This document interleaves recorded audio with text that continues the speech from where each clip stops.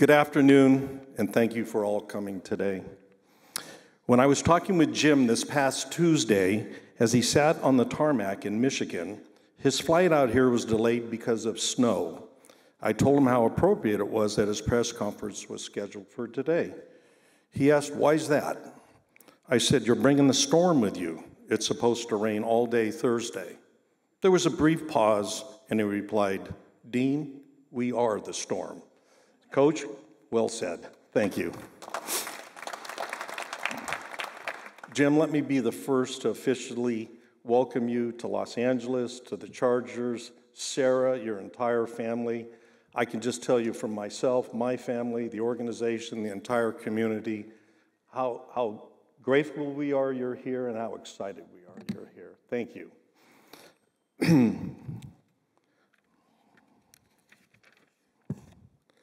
I know this last week we've talked about a lot of different things, one of them being everyone's expectations and the challenges that those can present. You said you welcome the challenges, you welcome the hard work, you welcome the sacrifice, you welcome the pressure. You welcome it all because the rewards at the end of the day, as you say, are so darn good. I want you to know that my family, myself, and the entire Chargers organization are 100% behind you in this, and will do everything in our power to provide you with whatever support and tools you need to be successful. I know for a fact that our fans are 100% supportive of you as well, in case you haven't noticed all the social media and whatnot. It's been about a week now, and in this very short period of time, you've electrified this city and this fan base. Our fans deserve a day like this. I'm so incredibly happy for them. I think I speak for everyone when I say we are all looking forward to this season and the seasons to come. Thank you. I'd now like to introduce Dean Spanos, President of Football Operations. He's the one has spearheaded our coaching search and GE search over the last 3 weeks, done an incredible job. And so, John, you want to come up?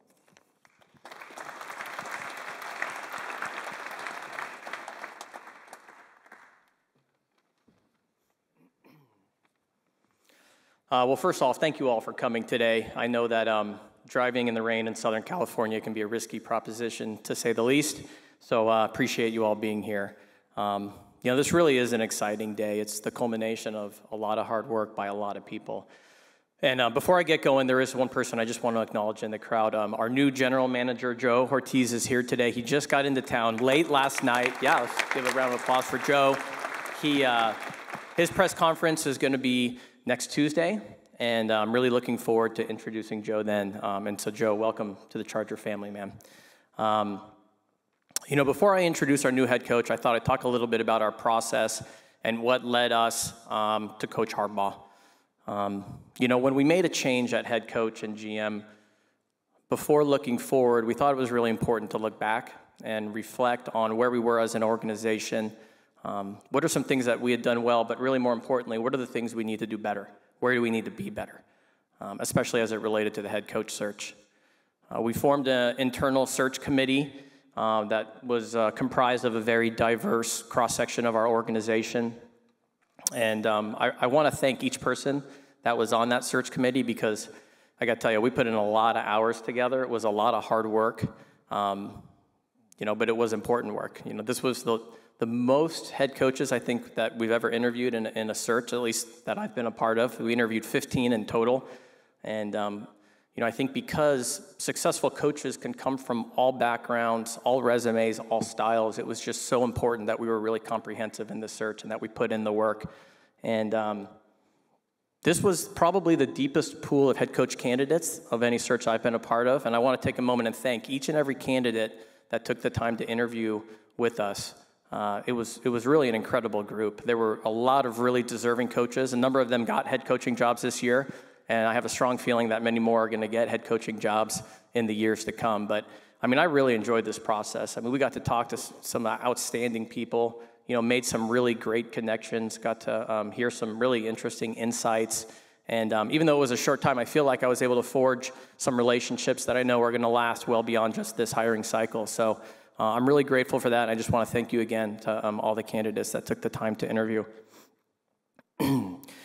We talked internally about really being willing to reimagine how we do things. And that doesn't mean just doing things differently for the sake of change, but it means really being willing to explore all options, all possibilities, and gaining an understanding of what it's going to take to get to the next level.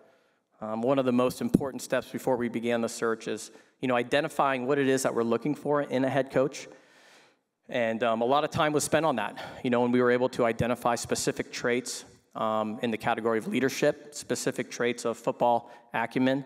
And then once you have those traits, there's really three things that you have to evaluate those traits in the candidates, right? You have the interview itself, you have the reference work that you do, and then you have the body of work from the candidates. And as we went through that process, and as we completed the process, it became overwhelmingly clear that Coach Harbaugh was the man for this job.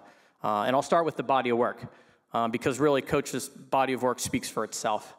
So often when you're going through this process and you're looking at the body of work of candidates, you're having to look at the job of a coordinator or a position coach, and you're trying to project how it's going to be as a head coach. And that's fine, and that's worked in a lot of instances. But I've said it before, and I'll say it again, I think that there's an added bonus when a candidate has head coaching experience. Of course, it's an even bigger bonus when that experience has yielded incredibly high-level success.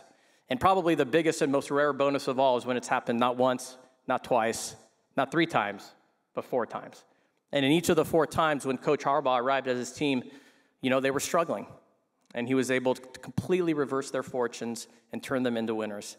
And of course, this past year, winning the ultimate prize in college football, a national championship. The second part, that I mentioned is the reference work that we did. And I want to take a moment here and thank all the people that helped us in this process. I spent hours on the phone talking with external, friends and colleagues and just respected people in the league whose opinions I really value. And so thank you to each and every person who helped us with that part. And I was fortunate enough to speak with, some people who've worked with Coach Harbaugh. I spoke with some players who've played for Coach Harbaugh. And as you'd expect, the feedback was just tremendous. One thing that became very clear about Coach, he is all about the team. He will do anything for his players and anything for his team. His drive, his commitment to winning is unparalleled. He just gets his team ready to play. He's able to instill a confidence and a competitiveness that's needed to win at this level. He brings out the best in his players. And, and there are times where he leaves a long-lasting positive impression on his players. As one of his former players told me on the phone, John, he completely changed my career. And then the last part of this whole thing is, of course, the interview process, right? And, with Jim, from the very beginning in the interview process, I felt there was a very natural connection, a shared vision, shared values. His ties to this team, they do run deep. Obviously, he played here. He knows a lot of people in the organization who were here when he played. My interactions with Jim go way back, and in the first interview, he was able to recall a conversation that we had nearly 20 years ago when I was on a college scouting trip, and he was a college head coach. And, all the traits that you hear about Jim, they just really presented themselves in the interview. His passion, his values of faith, family, and football. The fact that what you see with Jim is what you get. He's very upfront. He's very honest. He told us the other day, guys, I'm not a very good poker player. Okay, you're going to know how I feel. And I really appreciate that about you, Jim. And, there was one point towards the end of the first interview in reference to the energy and the passion that Coach was exuding. And my father says, Coach, you got me so fired up right now. I'm going to have to go get a workout in when this interview is over. And I have yet to confirm if that workout actually happened or not. But what I promise you, given the look in my dad's eyes, if he did, he attacked it with an enthusiasm unknown to mankind. Coach, I just can't tell you how excited and happy we all are to have you and your whole family here today. Welcome home, Coach. And with that, it's with great pleasure I introduce the next coach of the Los Angeles Chargers, Jim Harbaugh.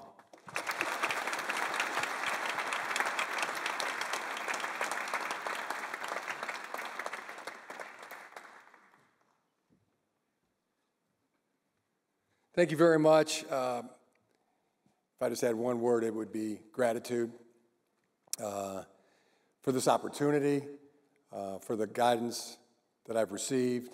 Gratitude to the Spanos family, to Susie, to Dean, to John, to Mike Spanos, to the Rule family, Nicholas Rule, who I coached at Stanford, and Mike, who I coached at Stanford,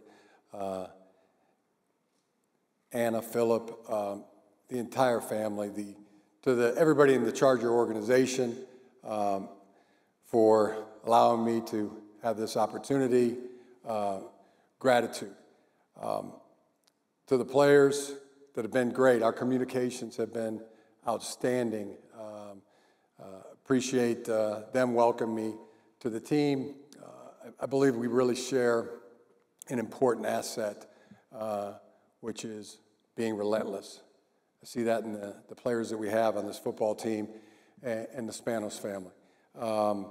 Amazing. John, that conversation that we had, I remember it well because in 2004 or 5, coaching an all-star game in Las Vegas, after the practice, John came up to me and he said, "You run a really good practice. That's a professional type practice. You know, I like the way you coach." That was really only the second time that a professional coach, owner, general manager recognized that I might be pretty good. And the first was Mr. Al Davis, who I have so much gratitude to. So to me, from that moment on, I knew you could recognize talent, and this was like a young Al Davis to me. So cool. And Dean, when you said, we're hungry to win, I'm hungry to win, I told you that, and you said you're starving. It just resonated with me so much. You're about it. You're a grinder. You're one of the first in the building. I've been watching, and one of the last to leave through every single interview. You've been there 28, 30-some straight days. So just everybody's been great and so welcoming. I just like the way you do things. I like how you do it and what you do, and Ed and Fred and Catherine and on. I could list so many that I'm just very excited. Excited. I think about if I could describe it to you, it'd be like Morgan Freeman in Shawshank Redemption. Red. I'm so excited that I find I can't sit still or hold a thought in my head. What a free man would feel before a long journey, and I just want to make it across the border. Want to shake my friend's hand. That's how I feel, and I want to get want to win the right way. Want to treat people in a first-class way, and get really good at football and attacking each day. Like John said, I'm attacking it with an enthusiasm unknown to mankind. I want to especially thank my family as well. My beautiful wife, Sarah, who does so much. Thank goodness for mothers. All that you do in supporting me, supporting our family. The best. Just the best thing that's happened to me. You're the best. You're tremendous, and my kids. Just so proud. Dad of 7. My son Jay, who's a great man, great husband, father. He's a great football coach. Grateful for all the work he's done as a coach on our team at Michigan, and my son James, who's here. Gracie, who's not here, but both shining stars, and daughter Addie, who's here today, 15, and Katie Bear, and Jack, the quarterback, and my son Johnny is here today. What's up, Johnny? Doing all right? I see you wearing the jersey. Let's go. Yeah, so much to talk about. Just feeling good. And I'll also, who I would not be here without is my parents, Jack Harbaugh, Jackie Harbaugh, my mom, talking about moms, just the best, and did nothing to be born into that family, but just luck. My name should be Lucky. How'd you get so lucky? That's how I feel. My parents and my brother John and my sister Joni, just such a blessing. And they weren't. Mom and Dad weren't able to make it here today, but hope to get them out here to Southern California soon. Kids, Dad, Mom, the kids really love living next door to their Papa and Yai. So we'll see what we can get done there. So yeah, I would open it up to questions. A lot to probably talk about, and let's have at it. Coach, this is I'm Jim Hill of KCAL 9 News. Congratulations.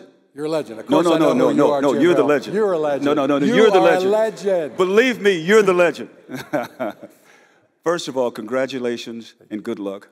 And by seeing all of us here today, what does this tell you about how popular this choice is by the Chargers to get you as their head coach and the great expectations to come? Well, thank you for that question, Jim. And you are a legend. And we're in one of the great cities there is. One thing I know is Los Angeles, Southern California. They respect talent, effort, and winning, and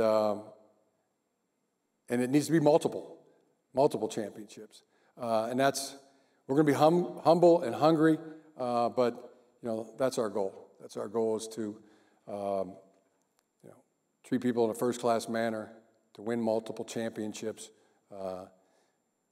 and day by day. Now I'm quoting Jackie Harbaugh now. I mean, going to be one day at a time, one game at a time, one play at a time. Thank you. Yeah, Coach, over here. Left. You're right. Am I right? Bill Plaschke, Los Angeles Times. Now, another legend. Wow. No. Coming at me left and right here with the legends. You're right. Jim Hill is a legend. Thank you for recognizing that. You're a legend. So this organization has a history of falling short of expectations in many, many painful ways. How do you change the culture? The team. It's going to be a team effort. There won't be any magic formulas. The only ones I know are just good old-fashioned hard work and teamwork, and that's the vision that I've received from the Spanos family. That's the guidance. That this has to be done. This has to be done like a team, and the great family that they are. Team, family. Those are synonymous. For each other. And I got to quote Katie, my daughter Katie Harbaugh, because she came up with one of the best quotes I've ever heard. Work together, win together. And the operating word there is together. So everything we're going to do is going to be done as a team. Collaborative, anything and everything that I can do as a coach. For our players, it's about them. Those helpful warriors, those mighty men, so that they can be successful. So I feel that's what my job is. Put them in a position to be successful. And then the other operating there is work. I mean, nothing was ever achieved without work. So each day, just waking up and see if we can, how productive we can be, how much we can dominate the day. So talk about expectations. What are those expectations? Expectations are to have a great day today, to make it a great day. Like some people say, have a nice day. That doesn't quite resonate with me. I mean, that leaves something to chance. I mean, let's make it a great day. Let's have a great day if we want to. And so that's what we're doing, and happy to be here today. And again, just thankful for this opportunity and ready to attack it. Jim, Daniel Popper with The Athletic. I'm sure one of the attractive parts of coming to this job was getting to coach Justin Herbert at quarterback. So what excites you the most about him as a player and as a person? Yeah, the pros on this team, Justin Herbert, you see, I mean, he's as well said on that video. I mean, he's a crown jewel in the National Football League. Derwin James, there's another one. Talk about somebody getting me fired up. I mean, let's go. Justin Herbert walks up on you, like, okay, all right, this is awesome. Keenan Allen, we got guys. Rashawn Slater, I mean, great to see him. I mean, in the building, getting the work in, and that's been the feedback I've been getting in the communication with the players. They want to work. Can't wait to work. They're ready to work, and they want to win. And hey, that's let's go.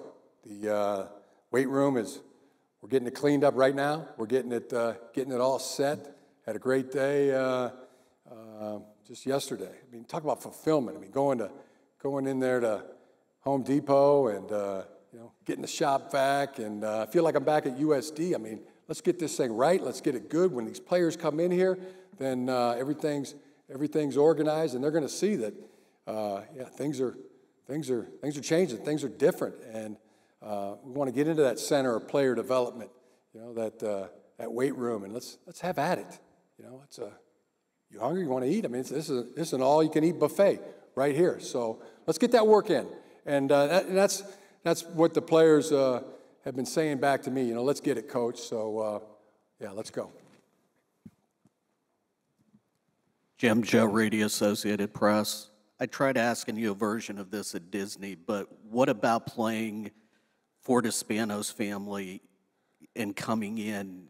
Was there a comfort level when you interviewed and researching this job? Oh, absolutely. It got emotional. I mean, then I started thinking every job I've ever taken in coaching, there's a real emotional tie there, and I feed off of that. I mean, it's a game played by emotional people, it's coached by emotional people. There's a great level of emotion to it. I had the connection, and I felt it from the time I was first coaching at USD. I mean, I was there because of Monsignor Dillabo. Dan Dillabo, who was the Catholic priest for the Chargers, took me over to USD. You want to go over and check out a USD basketball game? And I'm like, yeah, let's go. Great. And we're walking over to the Jenny Craig Pavilion there, and look over, and I go, what's that? That's our football stadium. I go, let's go take a look at that. And just looking at it and being there, I said, Monsignor, someday I'm going to coach. I'm going to play as long as I can, then coach, then die. If you ever need a head football coach at USD, please call me. And I was coaching at the Raiders in my second season there as a quality control coach, and got that call, and then went and coached at USD.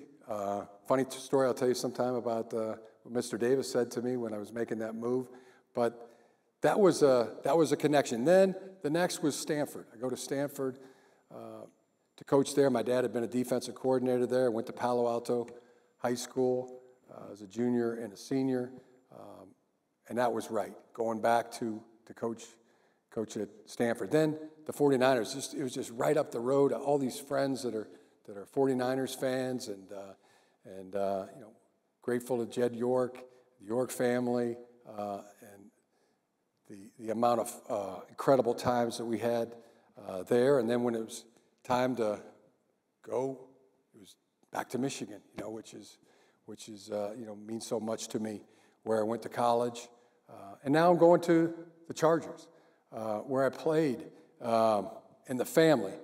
The family, it was just so sincere. When I played, and this is from Alex Spanos, to Dean Spanos, to John Spanos, to AG. I mean, this is a family, faith, family, and football. Those are my priorities. And as he said, as Dean said, I mean, watching that video, the little hairs on my arm were standing up watching that. And all these memories are flooding back. None more than the last game that I played with the Chargers. Junior Seau and I exchanged jerseys, and he signed it, and I had that jersey hanging up in my home. So just so many things, but as I just recounted all those steps in the coaching profession, it's the relationships that I cherish relationships. And I say that to my dear friends at Michigan, at those that I've coached and worked with, the University of Michigan, those that I've coached and worked with and friends have made when I was at the 49ers, at Stanford, at USD. It's cherished relationships. And now excited to form new ones, new and strong, trusting, lasting friendships. I mean, it drives me. Hi, Coach. Bridget Condon, NFL Network. Congratulations on an exciting month. Talking about that, you were at the top of the college football world, so why now and why the Chargers? The opportunity was presented, and I felt that the Spanos family, the Charger organization, they made it clear that they liked what I did and how I did it, and that's all you can ever want from somebody that's employing you. So, yeah, love of Michigan, but love of the NFL, and this opportunity. As my dad would say, "Who's got it better than us?" It was time. I got so many. I know I said this the other day, but I only got so many sands left in the hourglass, and I want another shot. I want another shot at to be simply known as world champions. The Lombardi Trophy. That's my mission, and happy, again, grateful to have this opportunity, and already attacking. Already a lot of work getting done, and just can't wait for. After this, we're going to go over to the facility. We're gonna look at that. I think there's some still opportunity to, look at it. Right, Fred? We can look at that and maybe get some of the equipment ordered that we want. But it's just all that is just so exciting. So now each day right now is just filled with fulfillment of just chipping away at things. And how can we make this to where we can put our players in the absolute, best environment to be successful? Hi, Jim. Lindsay Theory with ESPN. For as much as Justin's accomplished, when you look at his statistics over the last few years, is there any particular area of his game that you're most eager to get a hold of and take to the next level?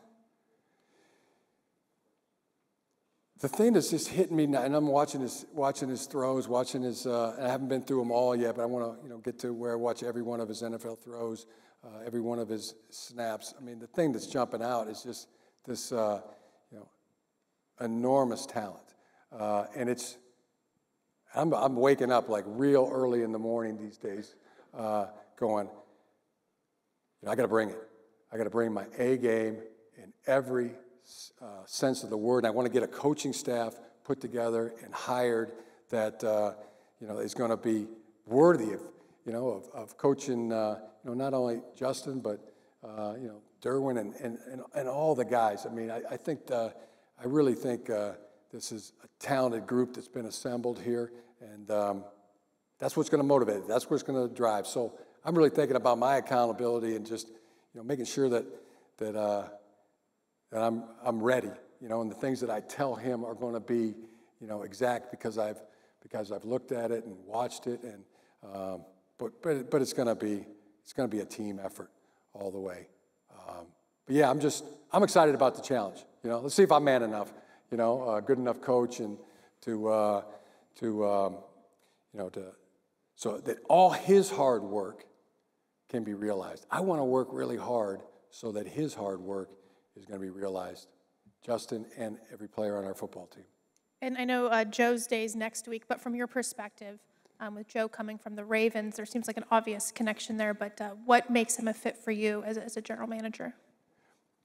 And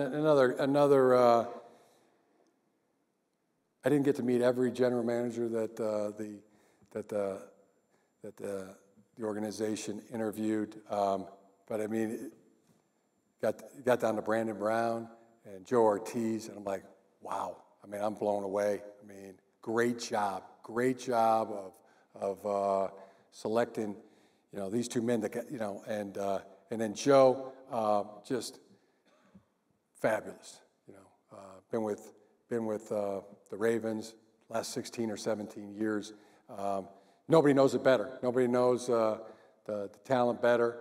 Does a phenomenal job, and he's earned it. He has earned it. Nobody been really given nothing, other than doing a tremendous job. So just so excited, Joe, to be partners with you. I've only been in the building, and on the Chargers for the last 6 or 7 days, but man, I was getting lonely. Now I feel like I got a partner, and he knows. Not only does he know the talent that's across the league and in college football and on our team. I mean, when you listen to him talk, I mean, he knows it. He knows it cold. So yeah, just excited. And he knows, potentially, some of our systems that we're going to put in on defense and offense, and it's a great fit. And just earned is what, if you're talking about Joe Ortiz, I mean, it's been earned, and there's a tremendous track record there, and I know that for sure, because of my brother John, and I trust a lot of people in football. I really do, and their opinions and their recommendations. Not that I was making that decision, but nobody I trust more than my brother. And when my brother says, somebody's good, and you and Joe are going to get along great, and you're going to be a great team, and it's I know it's going to be good, and it's going to be dynamic. Jim, over here, to your right here, front. Dean kind of touched on this in his opening remarks, but I was wondering how much of the interview process consisted of you interviewing them about the resources that would be made available to football operations, and what were you told that made you comfortable, that like this could be the type of place where you could win multiple championships? I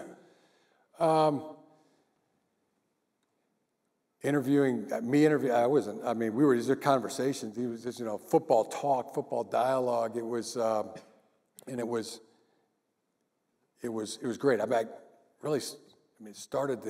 flowing so much that felt like I was finishing some of their sentences. They were finishing some of my sentences. I mean, and the resources, we're about to go after the press conference over to the new facility. I mean, the proof's in the pudding there. So, like Dean said, I mean, I said I was hungry to win. He's starving to win. Let's go.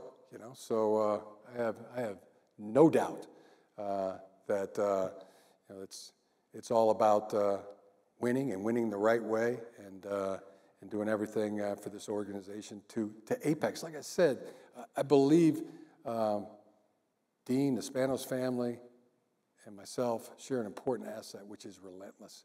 And I got a pretty good sense of, the sincerity of that.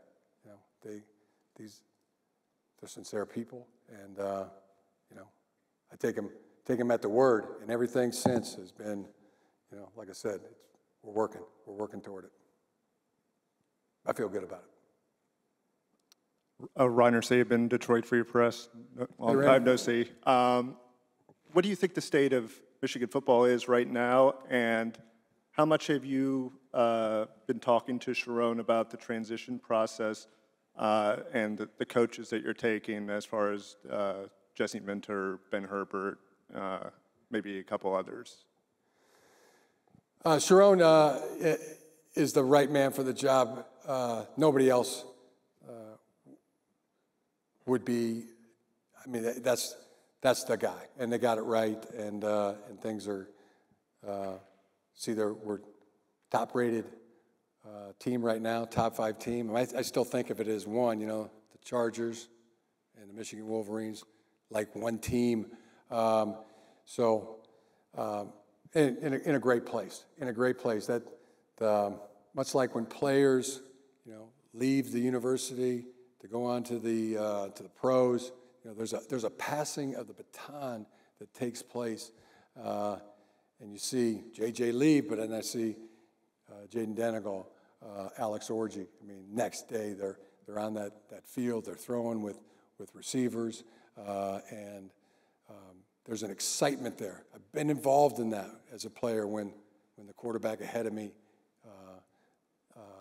left or graduated, and it's the same for coaches. I mean, I've been talking to Sharon. The guy is on fire right now. I mean, he's working, recruiting, and coaches like Jesse Minter. I mean, he's a tremendous coach. We're going through a process right now. Ben Herbert, I can't confirm that he's going to be a Charger, and I love the passing of the baton was there to Justin Tress, Jay Tress, you know, hugged it out, and right there in the blue M, right in the middle of the weight room. So in great hands, and always gonna be a loyal Wolverine. Yeah, as a follow-up, was there anything that Michigan could have done to keep you? Michigan was great. Like I said, Michigan have a great love for Michigan and great love for the NFL, and this opportunity is something that and challenges is what I wanted. Jim, right here, Daniel Popper with The Athletic again. Your brother recently said that you may be the best team builder in football, and I'm curious, philosophically, what are the important factors to building a good, successful football team, and why do you think you've been able to do that throughout your career as a head coach?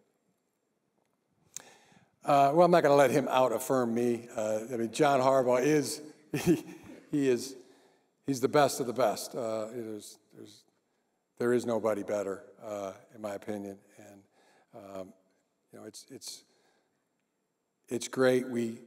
We've shared a room for 16 years growing up. We always lived in a house where John and I had the same room, and when there's some competitions broke out from time to time, and when I was 6, maybe my brother was 8, we were living in Iowa City, and my dad came into the room and kind of get us to quit talking so loud. But I mean, and he said, I mean, you two brothers. I mean, who could possibly have it better than you two? You'll be able to share your hopes, your dreams.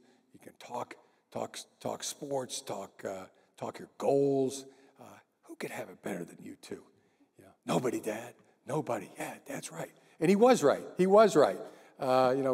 We had that that just best friend relationship, and talking football. There's just nobody better.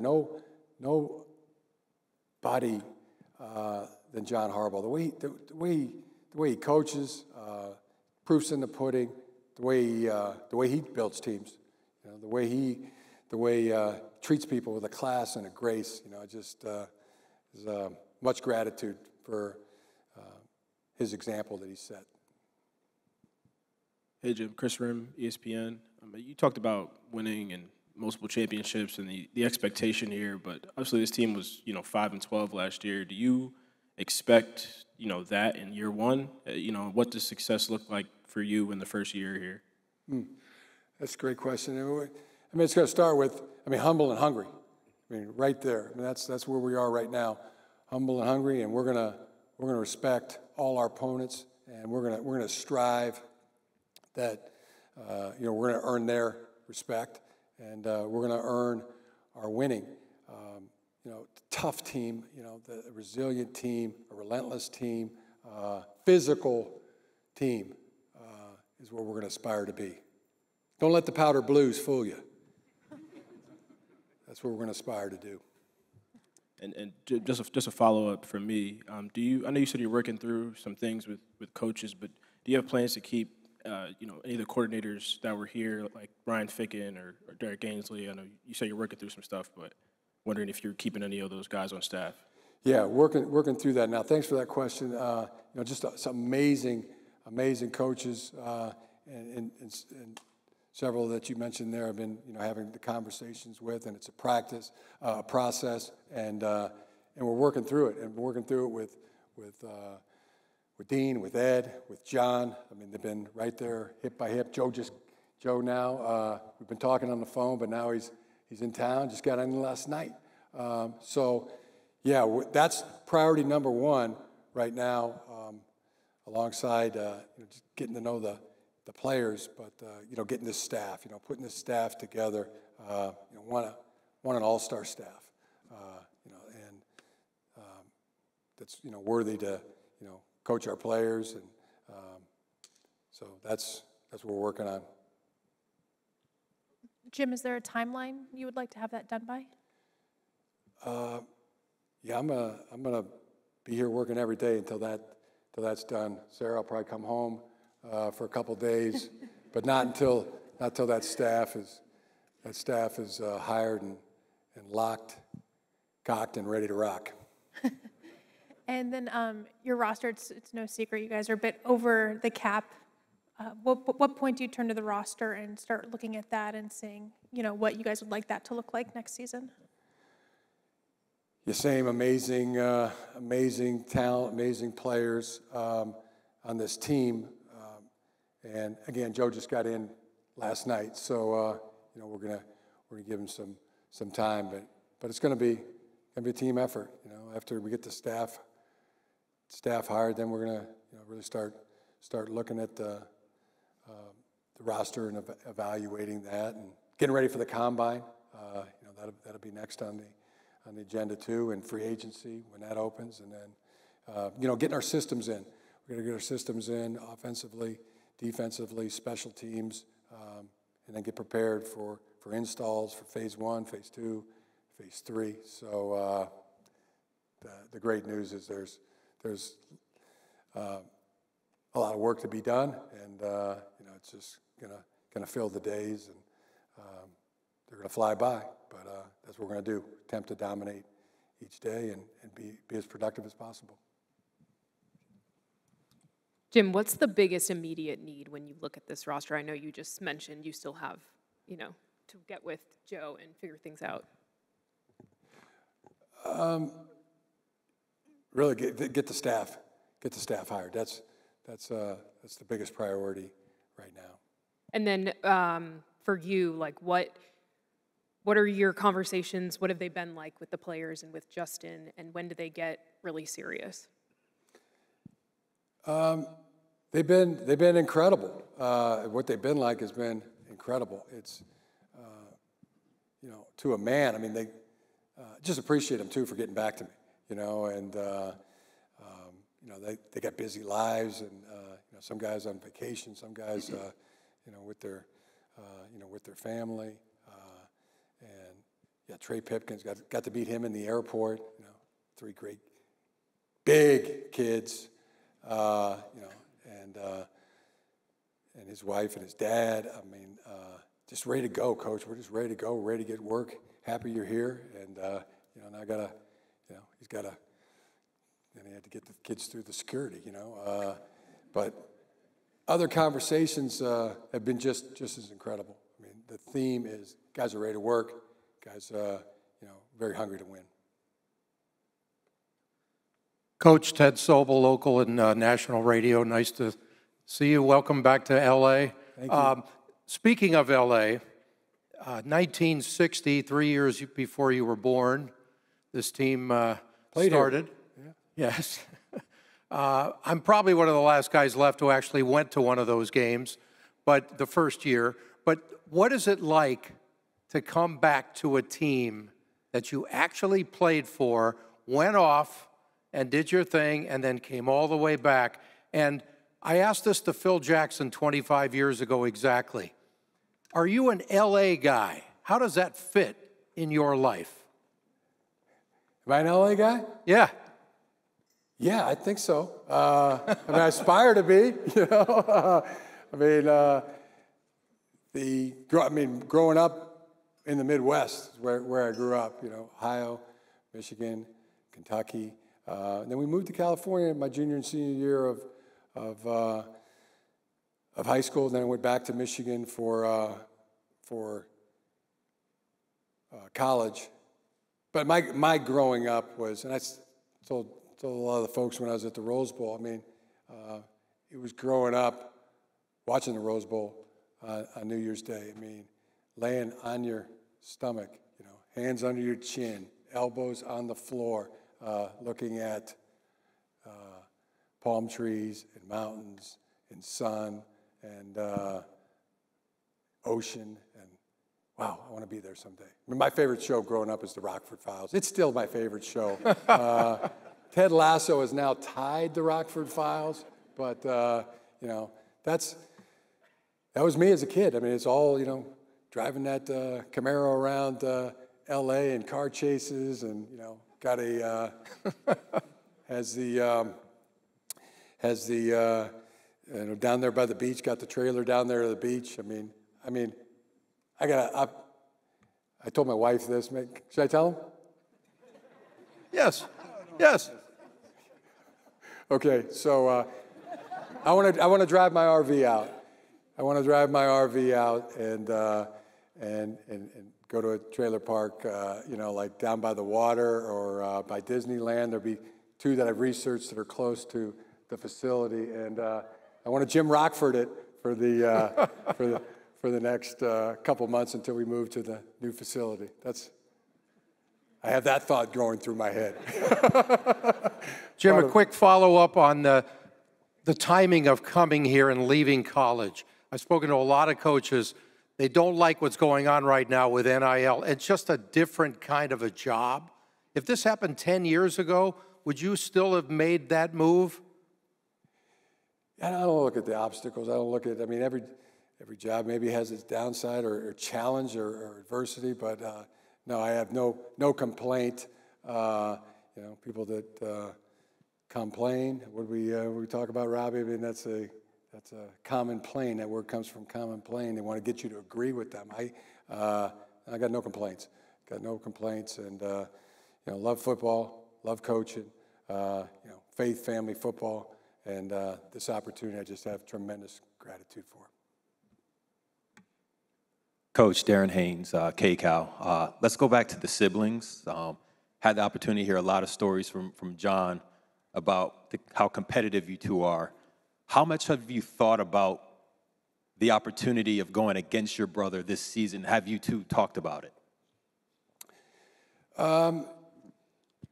No, we haven't really talked about that. We know we play each other next year, and we know we play him. We play him here. The competitive nature. I mean, we're always, most of the time. I mean, I don't know what percentage it was, but you know, I bet it's 85%. You know, we were competing as teammates on the same team, whether it was hockey, baseball, football. You know, choosing up sides on the playground. We were mostly on the same team. There were times where we had some, you know, scrimmages, you know, in the backyard, and or one-on-one and that kind of nature. And yeah, I mean, it was competitive. He's a competitor. He is a great competitor. He is as tough as you can want to be. I mean, tough as a $2 steak is what comes to mind, you know. But he pulls it out of you. You know, he pulls it out of anybody that he competes against. He pulled it out of me. I mean, you gotta rise up. You gotta give it. You know, it demands that you give it your best. So yeah, that's what's going to be in this situation again. I mean, and I look forward to that. He's going to bring out the best in me, and yeah, let's have at it. How you doing, Coach? Michael Matthew, Culver City News. Just, you know, the Charger fans, what will be your words to those Charger fans who are like, hey, we want to have a winner? You know, they saw the Rams win the Super Bowl here in L.A. What are your words for them? And then secondly, you're in Hollywood now. Can we see Coach in Hollywood in some movies? And series soon. Ooh, okay, maybe we'll talk about that some other time, but that'd be cool. That'd be cool. Yeah, first, I mean, I report to the Spanos family, to ownership, but I also feel like I report to the fans. I feel like I report to the players. I'm accountable to all those in the organizations, to the other coaches. And gonna work at it, and that's the mission, that's the goal. We stated the goal. I'm not gonna be shy about stating that. That's what we want to do. We want to be known as world champions, and we're gonna work at that or die, and we're gonna do it or die trying. And that's what we're gonna do. We're gonna get as good as football. That's our goal. And yeah, as I said before, I mean, we're gonna aspire to be a team that Vince Lombardi could be proud of, blocking, tackling, toughness, playing smart, playing fast, playing physical. Those are still very important. And I know a lot has changed since I was in the NFL. Last year was 2014. One thing I'm pretty sure hasn't changed is you got to win. So that's what we're attacking. Tyler Dragon, USA Today. Congratulations, first of all. What is your message to the players that maybe you haven't spoken to yet? Well, through text or talk, I mean, pretty much spoken to just about almost all of it. And it's been, really taking their message. I mean, they want to. Consistent thing was they were ready to get to work and they wanted to win. And, so work together, win together. Katie Harbaugh, just really came flowing back to mind, and that's been quite a bit of the dialogue. And just can't wait to see, do what you got to do right now. I mean, spending that time with family is really important. That reset, get away from football a little bit, but I can already tell they're thinking about it, and can't wait to see them. And when we do, we'll be getting after it. In the meantime, we got a lot of ownership, personnel, coaching. It's coming together, and we're working, and that's what we want to do. We want to work really hard to make sure that their hard work is realized. Back here, Coach, over here. Hi, Helene Elliott from the LA Times. And unlike Jim Hill and Bill Plaschke, I'm not a Legends, but just wanted to ask, it's very common at Chargers games for there to be a majority of fans of the opposing team, for the opposing team's fans to be very loud. How do you get it to be an all Chargers crowd? How do you get it to be everybody rooting for the Chargers? My thought is, pretty much what I said earlier. By your talent and by your effort, you will be known, and that's what I want to. And winning, and have our team. When people look at it, that's the vision that they're gonna see that kind of football team. Coach Eric Williams, Fox Sports. With you coming from Michigan back to the NFL now, how much of an advantage is that in terms of talent evaluation with the draft coming up and recruiting some of these guys and knowing them? I think it is. I think it is an advantage. There's just so many, all the players that that played for us at Michigan. But I recruited a lot of the other ones too through the years, and watching them. I think it's going to be. I don't know how much. I don't have the scientific percentage on that, but I think it does help. Hey, Coach. Eric Smith, Chargers.com. Welcome to LA. You've had a quick turnaround in every program or team that you've been at. What gives you the strongest belief that you can do that here? That you can get things done in 6 to 9 months. That you can like military. They put together a battalion. It takes them about 6 to 9 months. That resonates with me. But the other one is just comes from my dad. I mean, better today than yesterday, better tomorrow than today. That being the expectation, that being the goal. I mean, productive. Let's go to work. When the head hits the pillows, I mean, sore muscles, you've sweated, you've worked, you've really used your mind to the point where you just gotta shut it off, and as soon as the head hits the pillow, you can fall right to sleep. Okay, that's knowing that you had a productive day. Jim, Daniel Popper at The Athletic again. You mentioned the systems that you want to implement, offense, defense, special teams. Specifically with the offense, what is your vision for what this offense will look like specifically, in regards to the quarterback that you have? Yeah, first of all, the quarterback that we have, protect him, protect his environment, on the field, protect him. Also that, beef up the run game. And the play action pass and the drop back game, we're going to try to get as great as we can. I think we can be extraordinary there with the receivers we have and the quarterback. But also the running game.